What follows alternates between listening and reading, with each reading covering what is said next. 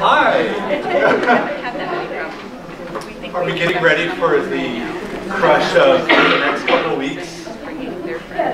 Yeah, getting there. Is anyone traveling? Yeah. How far away? 8 hours up north. Okay. Oh, so you're. I'm going to snow. You're going the wrong direction. No, I'm going the right direction. We're heading about 14 hours south down to Houston. So they got snow, a couple weeks ago. So we're hoping for a balmy 65 or 70 degrees. Oh, that'll be so nice. It's like April in Kansas. Well, happy Friday. It's good to see you all again.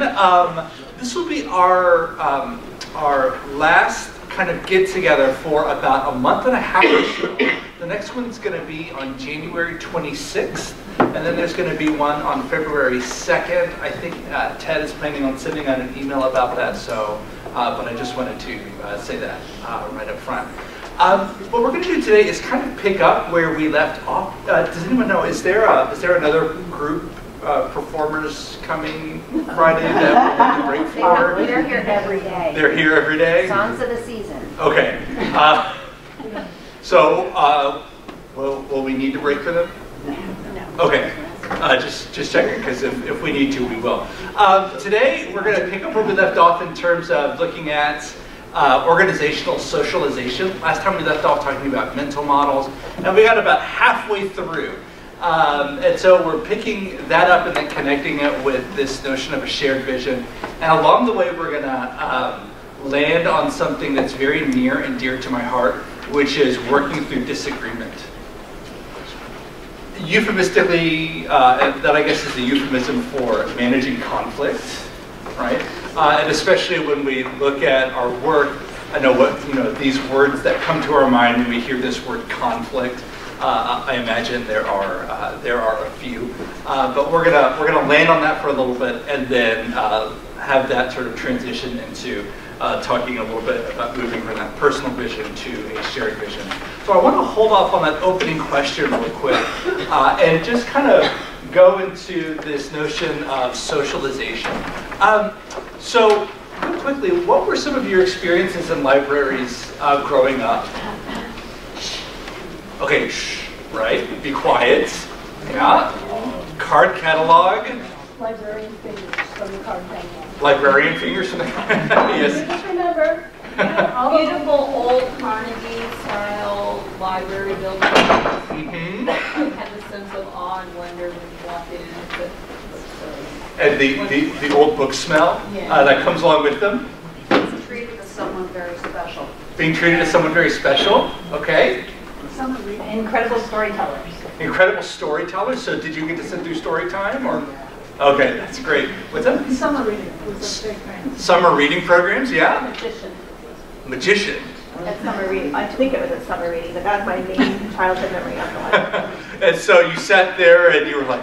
There was a magician, they cut a carrot and they didn't cut a finger, and that is my main memory. That's fantastic. So libraries are magic, right? We think about how those have shaped even how we think about libraries and how they're even moving now.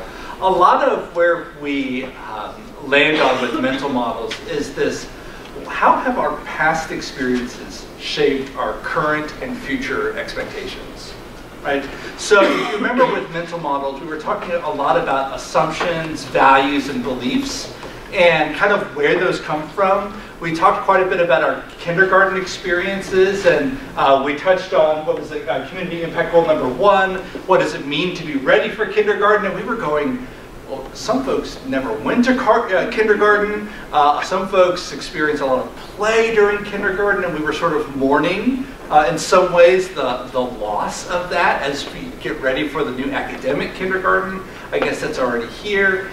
So this idea of socialization kind of connects to mental models, because socialization is how we get to those beliefs, right? So when you reflect back on the magicians and the summer reading programs and what I might call spider figures, getting through the course catalogs, I love those things. Picking up the card and then forgetting to put it back, but that was me. I did get in trouble, yeah, several times. I never learned though. I was really glad for digital catalogs. Those begin to form what we might call not just organizational anticipatory socialization, but also the vocational anticipatory socialization. So when we talk about at least the vocational is about what do we think the job of a librarian is before we even get there, right? So if you reflect back on your experiences with magicians or summer reading program coordinators or whoever, what did you think librarians did before you took on this position? They help people find books. They help people find books.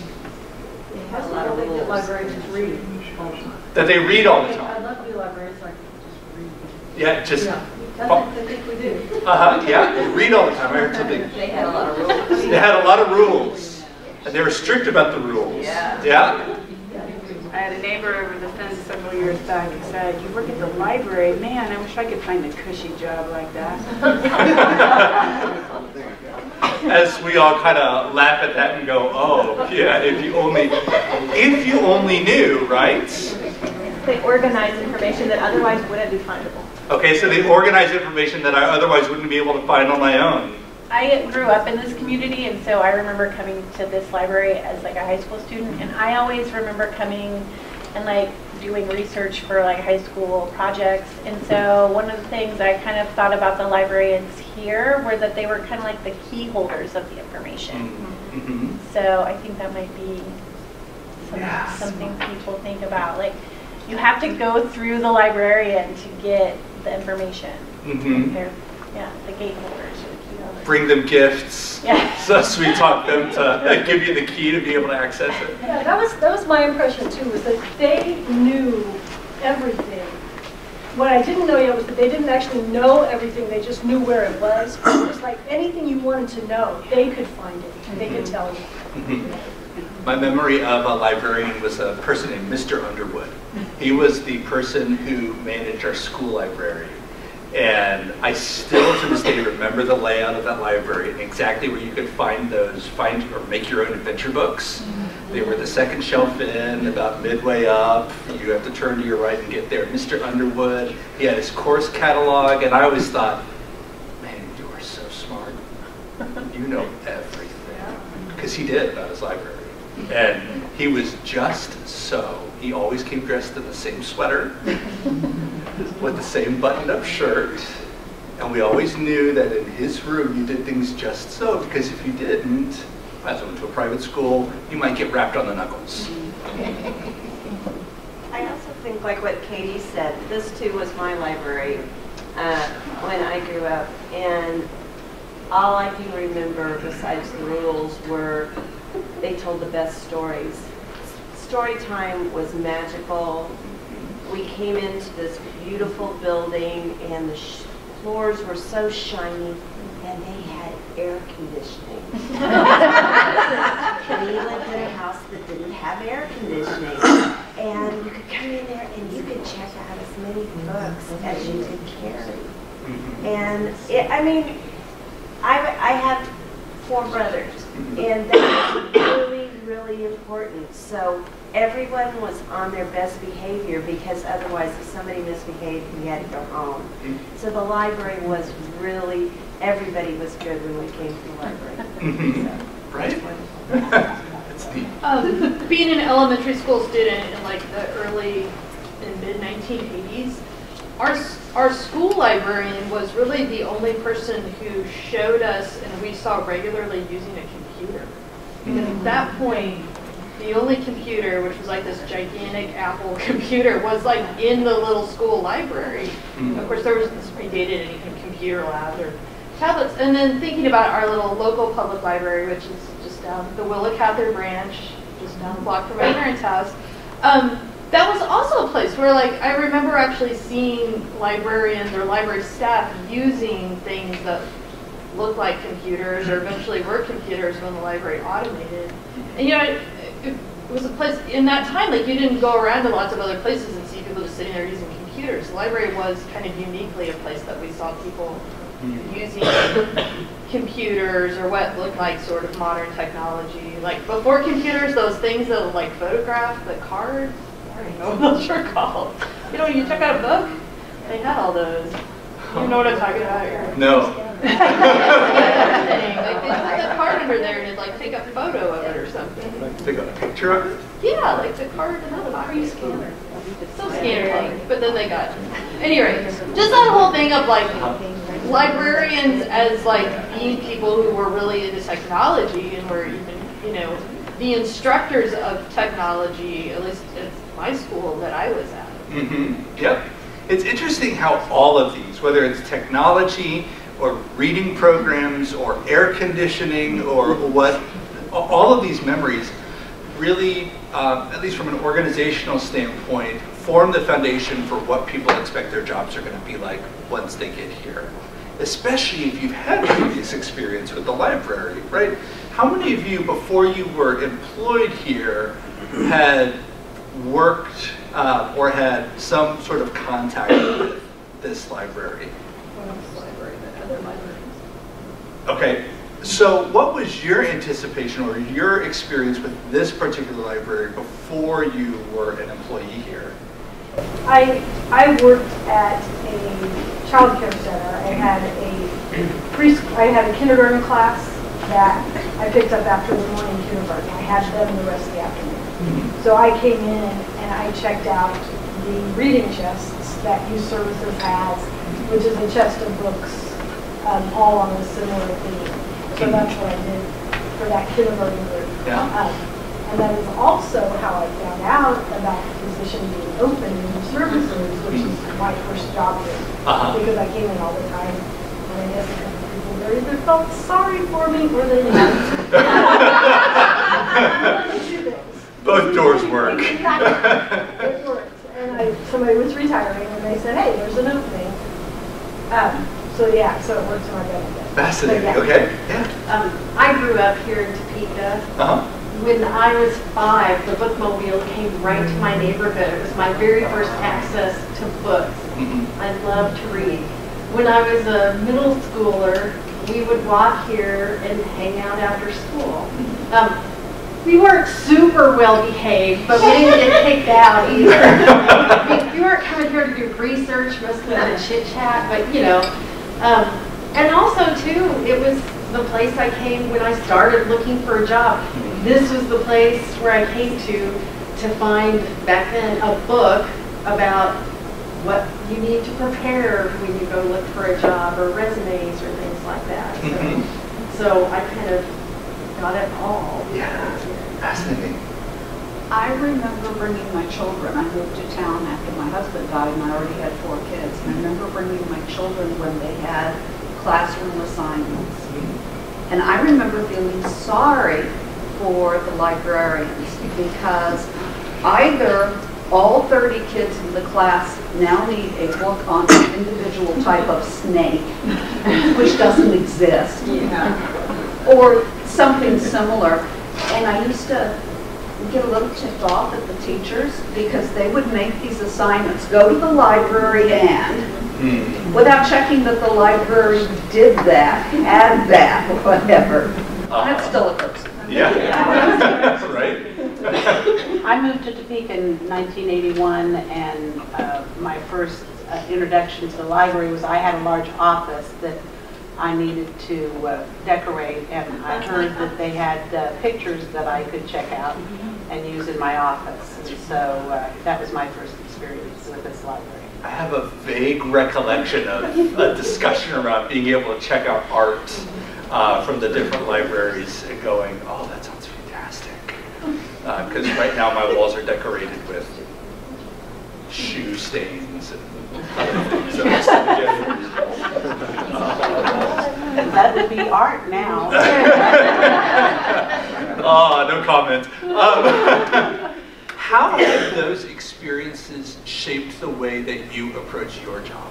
Those whose jobs are not taking place exclusively in front of the public, or primarily in front of the public.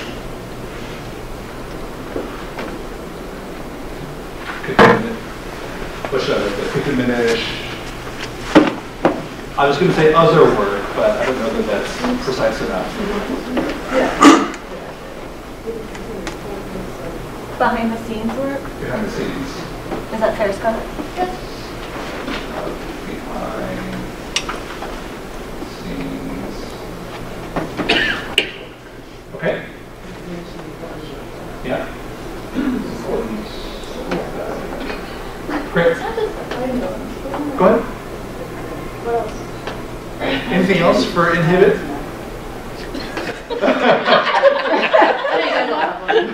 There's more people. Okay, we'll keep going.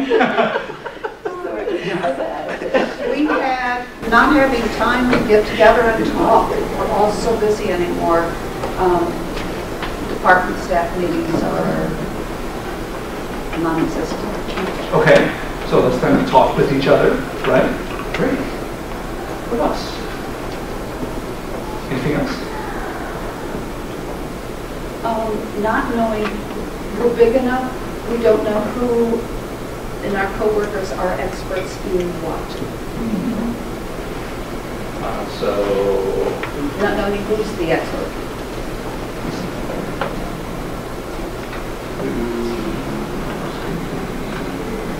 great.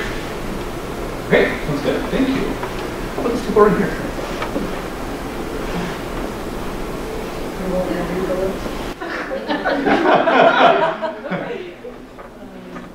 Here we go again. Can you flesh that out?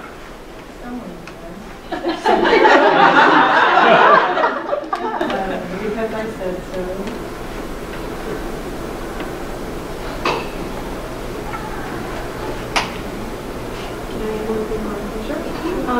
This doesn't really quite answer your question, but I've been here a long time, and one thing I've noticed in talking to them, size really does matter. When I started, we were much smaller. We knew everybody, and we were more fleet of foot, I think, in making changes.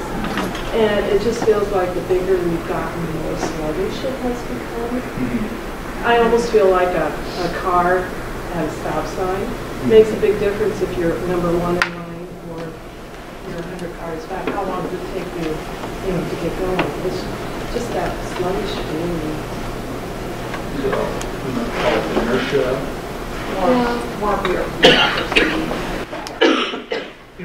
That's a pretty common occurrence as organizations get bigger, because there need to be more policies and other things that structure organizations. And so as organizations grow, especially if they are all under one particular structure, they become less nimble. Yes. Right? And so decision making just takes a little longer to get down. If we can use your car at a stop sign example, it just takes a little longer to get down. And that may be just simply a function of a traditional bureaucracy that happens. There are other organizational structures as well. Sometimes we call them spoke and wheel designs, where you might have, I'm going to write on this, sort of this one central group right down here, and then you have various, sunshine, various other units that are on these different spokes.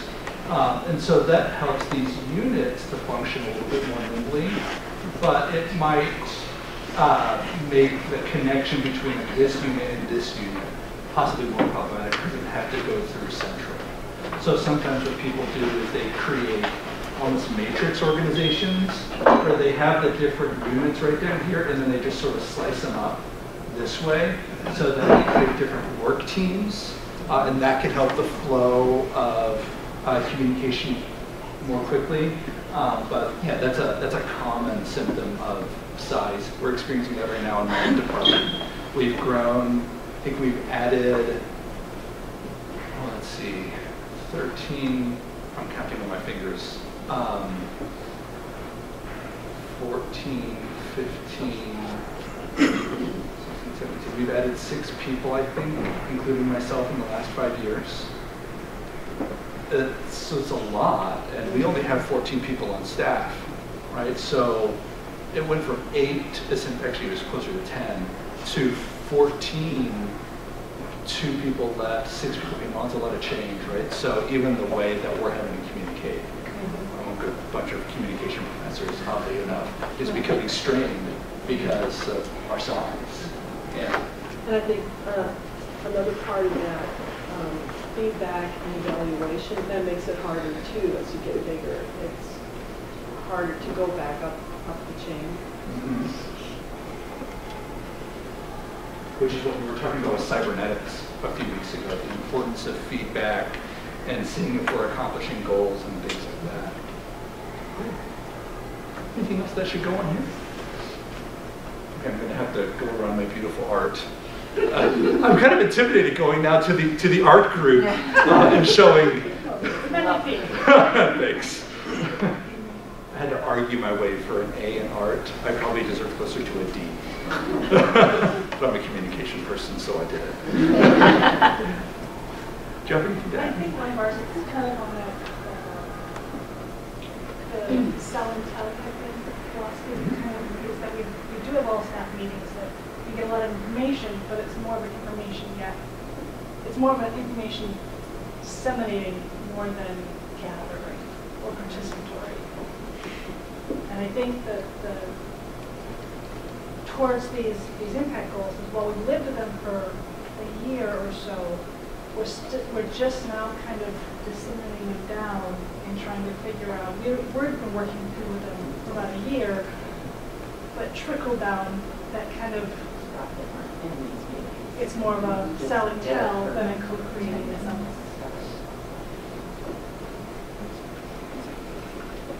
Okay. So the processing is more, this is what you're going to do, is let's take And I it to think explore. it's more of an announcement. Okay. I think there's a want to change that, but it's still, I think, us still struggling with, we're working through the process before being able to open up the gates to. Yeah. And that sense of inertia is strong, because especially for folks who've been here for a long time and reached out the well, this is the way we've always had checklists, right? And if my understanding is right, that these are about a year old, if I remember correctly-ish, right? Then all of a sudden, they're in the lifetime of an organization, that's really not that long, right? Okay, anything else you want to put up here? There? Okay, how about this group over here? The only one thing that was really discussed was, and it was Diana, so she's not be able to explain mine, but that we start new things, but we still have the old. And so we're adding, but not taking away.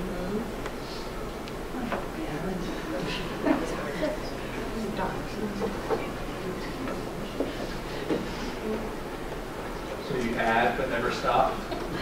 Right. Okay.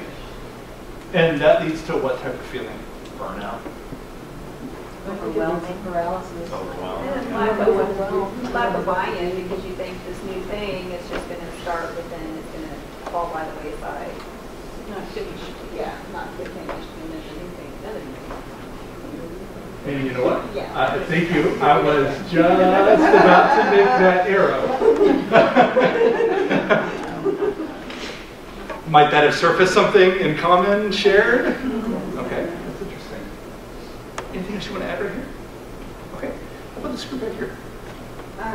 So our group came up with, for what inhibits our sense of common vision, that sometimes it seems obvious that we're making up this plan as we go along, and maybe that the experimental nature of it is uncomfortable, that the design seems to come later on things.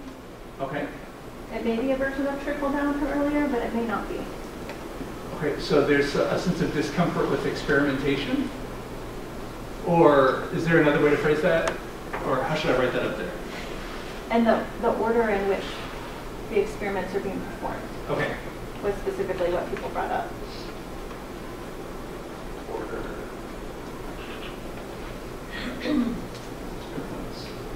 It's interesting that, isn't this the second time that we've said, okay, experimenting and experimenting, right?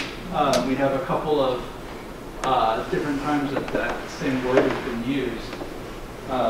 So there might be something there, but I don't know. I don't want to draw a conclusion just yet about that. So, okay, so discomfort with the order of experimenting. And that sometimes, I mean, specifically what was brought up was that it seems like the plan was being added after the fact. Okay. I'm just trying to be a true report out.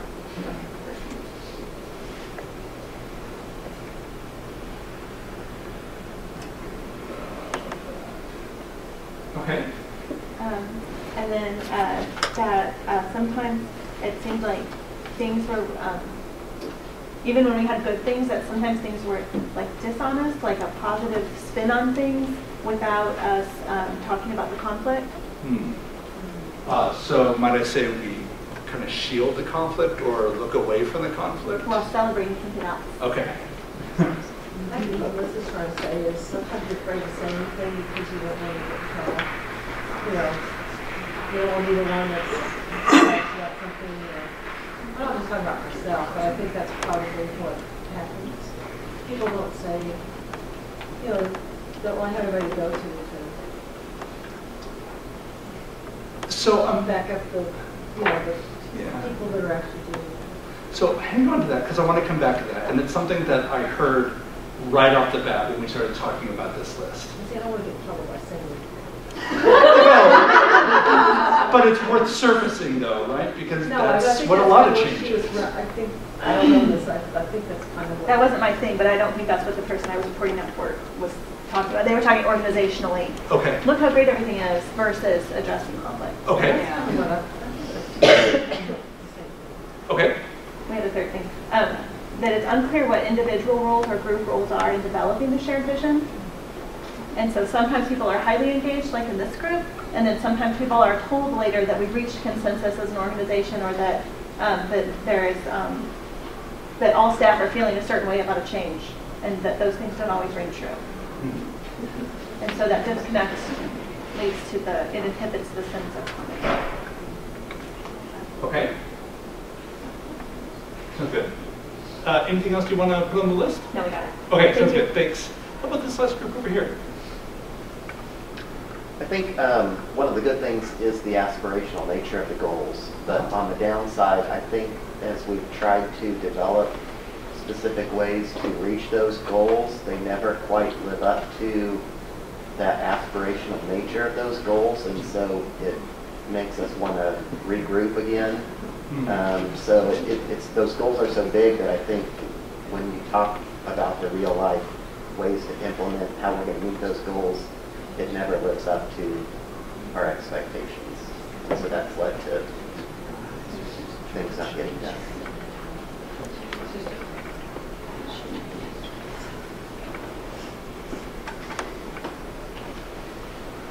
Goals are so big, can we actually meet those expectations? Right? And if we feel like we're not meeting those expectations, it sort of leads to almost this Sisyphus type, yeah, I'm trying. They're never going to be done. Yeah. And we like to get things done. it's like the post office. We feel like we're never, the mail's always showing up. You know, so, and we tend to be people who like to go, okay, I checked everybody out, the library's closed. And these are not that. How much is your previous experience with organizing by checklist? How much does that come into play here? I wonder though, you know, we talk about socialization, and if you've been in that type of environment for however many years you've been in, and that's how you've been used to organizing, and you say, oh, hey, look, I can check something off. If it's hard to check something off, that sense of gratification that you get almost goes away. One thing that we had talked about and didn't really write down up here is we're not yet at the place where we've developed a strategy. So we're kind of expecting that might come next in our processes, but since we don't have that strategy yet, we haven't developed that checklist. So I'll just write down here in the little space that I have left, need strategy for those goals, right? And the other side of that is because we're doing so much and things are moving so quickly, we're not doing good with even creating checklists. Right. Okay. So things get missed because we haven't developed the process, and so because it's new for us. Because it's a new new for way of us. thinking. But knowing that with the skill set we have here, and we're taking each one on and looking at those and realizing that the checklist we create today fits the needs of the day and that can evolve as the years go on, it allows us to stick with that. I need the checklist to check it off, but know that if it doesn't fit this checklist, it means I've achieved a goal and I might be moving it. So it's kind of that constantly moving the piece forward. So they're there, but I think that's the struggle too, that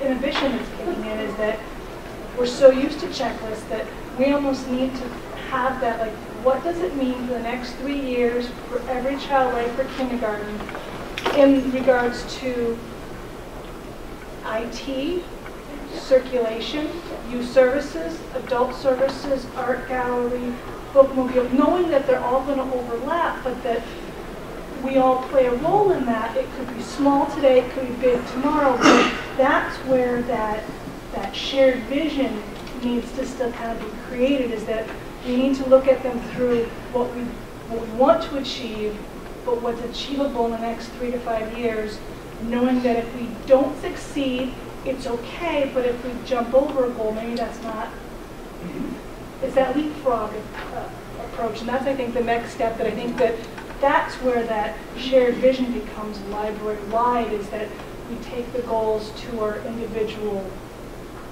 groups and figure out, what does this actually mean, looking at our game plan for the next 3 years that's already in place, how can we, because we're doing so many things at the same time, how do we put this in knowing that it's not going to be 100%? What's 5% of getting a child ready for kindergarten in the gallery for the next 4 exhibits?